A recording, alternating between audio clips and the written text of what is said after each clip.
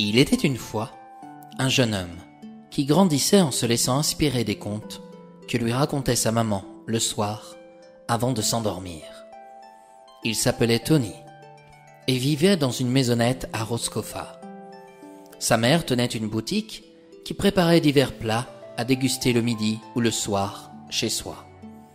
Tony était destiné à prendre sa relève lorsqu'il deviendra adulte.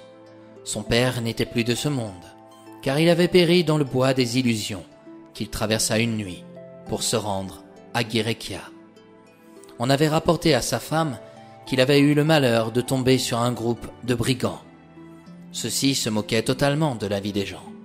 Étant seule pour éduquer son enfant, la pauvre femme n'eut d'autre choix que d'apprendre rapidement à Tony des tâches qu'il aurait dû acquérir à l'adolescence. Tony n'était pas un feignant, au contraire, il était courageux. On le voyait rarement s'énerver, mais toujours souriant à l'égard des clients. Un soir, à l'aube de ses 9 ans, lorsque sa mère lui raconta une légende se passant dans le bois de Brocéliande, Tony rétorqua. « Ah, maman, j'aimerais tellement pouvoir rencontrer une fée qui fait de si beaux cadeaux. »« Tony, moi qui pensais autrefois qu'il n'y avait que les petites filles aimant les contes de fées, je me suis bien trompé. Et pourquoi réserver les contes de fées spécialement aux filles? Il y en a certaines qui n'hésitent pas à se prendre pour des garçons. » En effet, le monde change si vite qu'il est parfois difficile de suivre ses évolutions. Concernant les fées, elles existaient bien autrefois, mais aujourd'hui, ce n'est plus le cas. Personne ne peut les percevoir. Ah, si je pouvais en croiser juste une, un jour, je crois que je serais le plus heureux. Tony s'endormit en songeant à la fée qu'il pourrait rencontrer un beau jour. Quelques années plus tard, lorsqu'il devint un homme, il reçut une missive qui l'obligea à se rendre dans la cité de Guérékia. Sa mère prit peur. Elle connaissait son fils. Il était curieux de tout. Traverser le bois des illusions en pleine nuit serait horrible. Elle ne voulait pas qu'il finisse comme son père. « N'aie pas peur, maman, » dit Tony en l'embrassant avant de partir. « Je prends bien note de toutes tes recommandations. » Tony se mit en route. C'était la première fois qu'il voyageait. Il n'eut pas peur de quitter la cité de Roscofa. C'est pourquoi il ne se pressa pas pour traverser le bois des illusions. Il préférait profiter du beau temps pour visiter les hameaux et les campagnes qu'il traversait. Lorsqu'il s'apprêta à rentrer dans le bois des illusions, qui faisait près de 10 kilomètres, la nuit commençait à tomber, à part tous les Britanores. Ma mère m'avait pourtant prévenu. Oh, comment vais-je me débrouiller si je tombe sur un groupe de brigands? N'ayant pas d'autre choix, Tony hâta son pas et marcha dans la forêt qui commençait à devenir sombre. Au milieu de sa traversée, il croisa la route d'une pauvre et vieille femme étendue de tout son long, sans connaissance, au sol même de la forêt. Que puis-je faire? Si je m'arrête, la nuit va me surprendre, se dit Tony. Mais si je ne l'aide pas, je ne serai qu'un lâche et ne pourrai plus jamais me regarder dans une glace. Oh maman, pardonne-moi, mais je vais devoir l'aider afin de voir si je peux lui être utile. Tony s'agenouilla et versa un peu d'eau sur le visage venant de sa gourde afin de réveiller la pauvre et vieille femme. Aussitôt, elle se métamorphosa en une jeune et belle femme. « Ah, mon petit Tony, j'étais sûr que tu avais bon cœur. Mais qui êtes-vous? Comment connaissez-vous mon prénom ?» La jeune créature, qui était une fée errant dans ce bois, se leva et se présenta. « Je m'appelle Priscilla et je suis une fée. »« Une fée?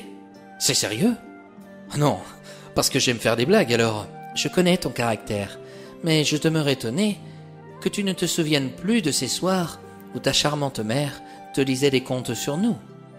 Tu disais même que tu aimerais un jour en croiser une sur ta route. »« Vous m'espionniez? » ?»« Oh non, loin de là. Les fées peuvent tout savoir, rien qu'en lisant dans le cœur des gens. Et le tien est bon. D'ailleurs, en souvenir de moi, dis-moi ce que tu voudras, et j'accomplirai ton souhait. » Tony se donna quelques minutes de réflexion. Soudain, il rétorqua. « Eh bien, j'aimerais pouvoir devenir, lorsque j'en ai envie, invisible. »« D'accord.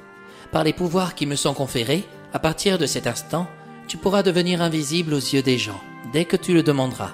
Prends garde de ne pas abuser de ce don précieux. » Priscilla disparut subitement, et Tony ne s'en revint pas. Son apparence n'avait rien de comparable avec les mots que sa mère utilisait lorsqu'il était petit. Est-ce que les fées évoluaient comme le monde entier? Celle qu'il venait de rencontrer portait une belle robe noire avec quelques broderies dorées dessus. Une robe comme il n'en avait jamais vue. Ah, ma mère me dit toujours qu'il serait bien que je me trouve une femme, mais elle n'égale pas cette fée que je viens de percevoir. Ah, elle risque d'être surprise lorsqu'elle apprendra cette rencontre que je viens de faire. Au loin, Tony entendit du bruit. C'étaient certainement des brigands qui s'approchaient de lui. Il souhaita devenir invisible. Lorsqu'il aperçut les bandits, il prit peur, mais rapidement, il comprit que personne ne pouvait le percevoir. Il passa alors au milieu de la troupe sans être vu et put rejoindre la cité de Guérékia. Là-bas, il était attendu au château. Guérékia était en guerre contre une armée de gobelins qui venait d'envahir le village des nains à Dirum. Les gobelins n'hésitaient pas à user de magie noire pour mettre en danger leurs ennemis. Guérékia avait besoin de tous les jeunes hommes des environs afin de ne pas laisser la terreur envahir les contrées de Britannia. Quelques mois plus tard, Tony avait réussi à se faire apprécier de ses camarades comme de ses supérieurs. Un jour, quand son armée s'en alla en guerre du côté de Dirum, elle se trouva dans une situation dangereuse. Le général déclara: « Par tous les Britanors, si seulement nous pouvions savoir par quel côté prendre ces gobelins à revers sans être tués, nous pourrions mettre fin à cette guerre. Si vous le souhaitez, je peux me rendre à Dirum et revenir pour vous dire là où il faut les attaquer. » « Tu ne manques pas de courage, Tony. Je préfère que tu restes ici, car tu serais aussitôt tué. Tu es un trop bon soldat à mes yeux, pour que je prenne le risque de te perdre. Si vous me laissez rentrer chez moi, après avoir rempli cette mission, je suis prêt à en prendre le risque. » Le général se gratta le menton et lui rétorqua: « Va, mon garçon, de toute manière, j'ai bien peur que cette guerre nous mène dans les monts de l'enfer. » De nouveau, Tony se mit en route.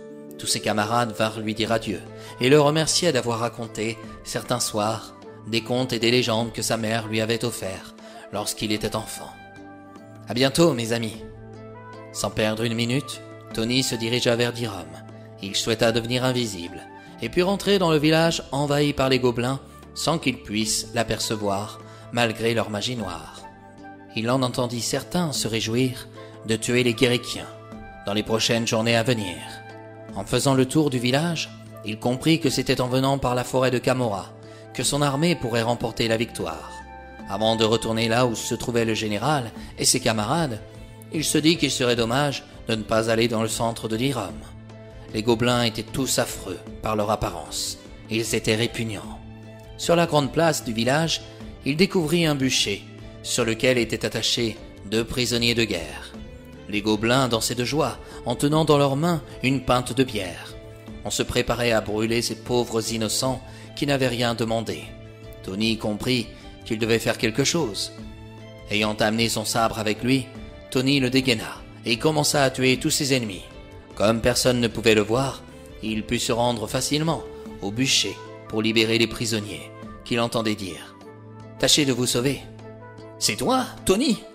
Oh, ne sais-tu pas que la sorcellerie est punie sous peine de mort ?» déclara l'un des soldats. « Mon cher Benjamin, j'ai eu la chance de croiser une fée dans le bois des illusions qui m'a fait don de l'invisibilité dès que je le souhaite. Le roi de Guérékia est certes très sympathique, mais comment gagner sans magie contre une armée usant de la magie noire? C'est une mission suicidaire. Alors, si tu préfères que je te laisse brûler sur ce bûcher, c'est... Ah non, libère-moi. Tu vois, quand tu veux. Tu sais être raisonnable. Tu as beau être usé comme un renard avec ta femme, oh, je crois que tu l'es encore plus que moi, coupa Benjamin. Allez, filez, rentrez chez vous. La guerre sera finie d'ici peu. Les 2 prisonniers partirent sans demander leur reste. Tony revint sur ses pas pour prévenir son armée. Il n'avait pas tué tous les gobelins, car ce n'était pas le rôle d'un seul homme. Cependant, il en avait mis certains en colère. Lorsqu'il arriva dans son régiment, il demanda à voir le général. Face à lui, il déclara qu'il serait bon d'attaquer en venant par la forêt de Camorra. « Par tous les Britanors, si nous gagnons grâce à toi, je n'hésiterai pas à te faire passer colonel. » « Ce serait un trop grand privilège, mais vous m'avez donné votre parole. pour que je puisse retrouver ma mère. Celle-ci doit s'inquiéter de mon absence. Oui, tu en as assez fait comme ça. Es-tu vraiment sûr de ta décision? Totalement, mon général. Alors, bon vent à toi, Tony. Tony reprit la route, en direction de Roscofa. En traversant le bois des illusions, il espéra croiser de nouveau Priscilla. Celle-ci apparut derrière lui, juste avant de sortir du bois. « Tu m'as l'air bien triste, Tony, » dit-elle dans son dos. « Priscilla !» répondit-il en retrouvant le sourire. « Serait-ce moi qui te fais autant d'effet ? Il y a quelques mois, vous m'avez fait part d'un don, et depuis notre rencontre, je n'ai pas cessé de penser à vous. Moi aussi, j'ai constamment veillé sur toi, et j'ai vu que tu n'avais pas abusé du don que je t'avais offert. J'ai respecté votre recommandation, mais tu n'avais pas respecté celle de ta mère. Et j'ai toujours été curieux de tout, et à vrai dire, c'est la première fois que j'avais la possibilité de voyager en dehors de Roscofa. Que faites-vous ici ? À ton avis ? Je voulais te voir une dernière fois avant. Je ne veux pas que ça soit la dernière, coupa Tony. Vous qui lisez dans mon cœur comme dans un livre ouvert, vous savez bien en cet instant ce que je ressens pour vous. Priscilla s'approcha de Tony. Elle posa sa main douce sur son visage et s'empara de sa bouche pour l'embrasser. Le cœur de Tony s'emballa comme jamais. Quand j'étais petit, j'avais pour rêve de croiser le chemin d'une fée, mais jamais pour intention de la demander en mariage. D'ailleurs, j'ignore si cela peut être possible. Ça l'est, rétorqua-t-elle, à condition de laisser tous mes pouvoirs dans ce bois, derrière moi. Serais-tu prête à t'en passer ? Si tu m'affirmes de ne jamais te rendre invisible à mes yeux, alors oui, je suis prête à te suivre. Et c'est ainsi, mes chers amis, que nous arrivons à la fin de cette nouvelle histoire. Tony n'a pas abusé du don que la fée Priscilla lui a offert, mais en revenant de la guerre, il gagna son cœur ainsi que la fierté de sa mère. Priscilla fut heureuse de partager sa vie à ses côtés. À l'instant où elle quitta ses pouvoirs, elle retrouva la vie d'une Britannienne et se mit à vieillir comme Tony. Comme dans tous les contes de fées, ils vécurent heureux, eurent de beaux enfants, mais contrairement au château, ils firent le bonheur de nombreux clients avec la boutique qu'ils géraient dans le centre de Roscofa.